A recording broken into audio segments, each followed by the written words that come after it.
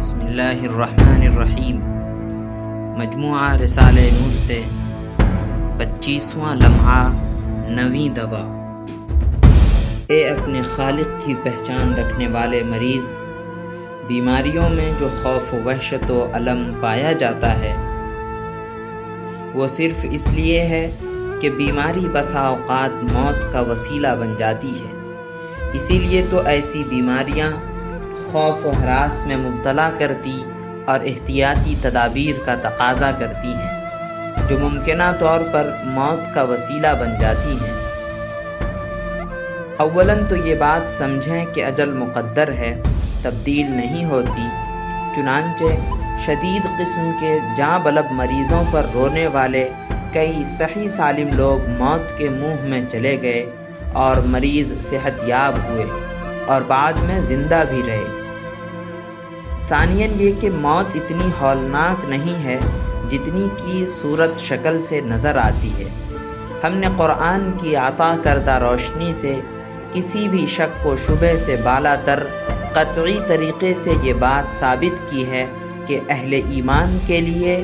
موت خدمت حیات سے سبکدوشی اور دنیا کے میدان میں آزمائش پر مبنی تعلیم و تدریب نام کی عبودیت سے موقوفی یا برطرفی کا نام ہے،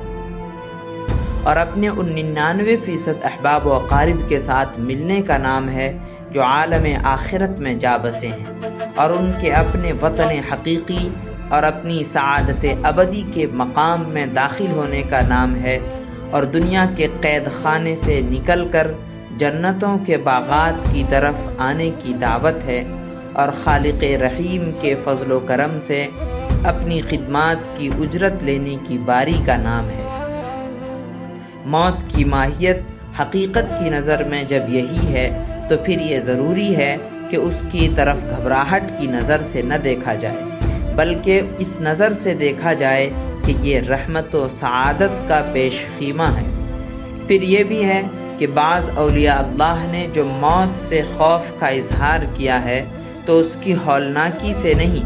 بلکہ اس بنا پر کیا ہے کہ وظیفہ حیات کے دوام سے چونکہ نیکیاں کمانے کا سلسلہ چلتا رہتا ہے، اس لیے انہیں مزید نیکیاں کمانے کا لالچ ہوتا ہے۔ جی ہاں، موت اہل ایمان کے لیے رحمت کا دروازہ اور اہل ضلالت کے لیے ابدی ظلمات کا کنواں ہے۔ علامہ بدیع الزماں سعید نورسی رحمہ اللہ۔